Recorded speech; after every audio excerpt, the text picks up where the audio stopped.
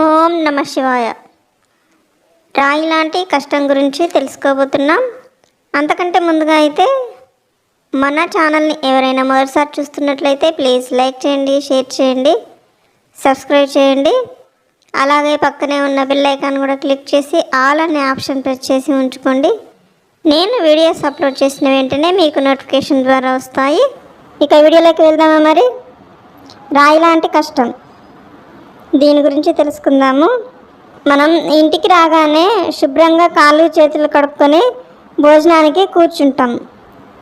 మన అమ్మనో లేదా మన ఇళ్ళలో లేదంటే మన అక్క చెల్లెళ్ళు ఎవరైనా సరే మనకు కంచంలో అన్నం వేసి వేడివేడిగా అన్నం వడ్డిస్తారు. అందులోకి పప్పుని లేదా గుమగుమలాడే నెయ్యి చెంచాతో వేసి, అలాగే ఒక ఆవకాయ బద్ద కూడా వేసి ఇస్తుంది. దాన్ని మనం ఏం చేస్తాం, ఆత్రంగా కలుపుకొని తినడానికి రెడీ అవుతాం. రెడీ అయిన తర్వాత అదంతా కలుపుకొని ఒక్కొక్క ముద్ద తింటూ ఉంటే ఆ ముద్ద లోనికి దిగుతూ ఉంటే జీవుడు సంతోషంగా గంతులేస్తాడు. ఆహాహాహా, ఏమీ నా భాగ్యము. ఇంతలో కటక్ అనే శబ్దం వస్తుంది. ఏంటది? పంట కింద ఒక చిన్న రాయి వచ్చింది. అంతకుముందు మనం ఎంతో ఆస్వాదిస్తూ తిన్న అన్నం ముద్ద ఉంది కదా, ఆ దృశ్యం అంతా చెల్లాచెదరవుతుంది. ముఖం రంగులు మారిపోతుంది. కోపం నశాలానికి అంటిపోతుంది. బా, ఈ రాయి ఎక్కడిది? బియ్యంలోదా, పప్పులోదా, లేదా మిల్లులోదా? ప్లేట్ శుభ్రంగా కడిగావా? ఇల్లు సరిగ్గా ఊడవకనా? దాని గురించి జుట్టు పీక్కుంటాం. తిండి సంగతి మర్చిపోతాం. వండిన వాళ్ళ శ్రమను మర్చిపోతాం. వడ్డించిన వాళ్ళ ప్రేమను కూడా మర్చిపోతాం.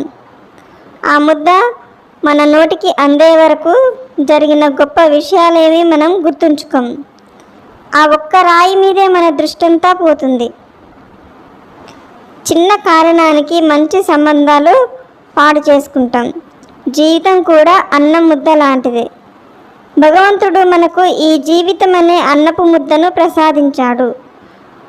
అందులో రాయి ఏమిటి? మనకొచ్చిన చిన్న కష్టం. అది రాగానే ఏం చేస్తాం? ప్లేట్ పక్కన పడేసినట్లుగా జీవితాన్ని కూడా పక్కన నెట్టేస్తాం. జీవించడం మానేస్తాం. ఎన్ని సంతోషాలు ఉన్నాయో, ఎన్ని అనుభూతులు ఉన్నాయో అవన్నీ విస్మరిస్తాం. అన్నీ కూడా మర్చిపోతాం. రాయి లాంటి కష్టం మీదే మనసు పాడు చేసుకుంటాం. ఇంత పెద్ద జీవితంలో చిన్న కష్టాన్ని మనం ఓర్చుకోలేమా? అందుకే కష్టం వచ్చినప్పుడు మనసు రాయి చేసుకోండి అని మన పెద్దవాళ్ళు చెప్తారు. ఆ రాయిని పక్కన పెట్టండి. విందును తృప్తిగా ఆరగించండి. జీవితాన్ని సాఫీగా సంతోషంగా గడుపుతారని ఆశిస్తూ ఉన్నాను. ఓం నమ శివాయ. ఏ జీవితం శాశ్వతం కాదు. ఏ ప్రాణికి గ్యారంటీ లేదు. జీవించే కొంతకాలాన్ని ఎన్నో బాధలు, బంధాలు, బాధ్యతలు. ఎవరైనా చనిపోతే పాపం పోయాడు అంటాం. బతికి ఉంటే ఇంకా పోలేదా అంటాం. రేపు అనే దాన్ని చూస్తామో లేదో తెలియదు. బతికిన 4 రోజులు పగలు, కక్షలు, పంతాలు ఎందుకు మిత్రమా? ఎవరు ఉండి చేసేదేం లేదు, పోయి సాధించేదేం లేదు. ఉన్నన్ని రోజులు అందరితో కలిసి సంతోషంగా ఉందాం. ఓం నమ శివాయ. ఓం నమ శివాయ. ఈ వీడియో కనుక మీకు నచ్చినట్లయితే లైక్ చేయండి, షేర్ చేయండి, సబ్స్క్రైబ్ చేసుకోండి. థ్యాంక్ యూ అండి. Thank you very much. Bye bye.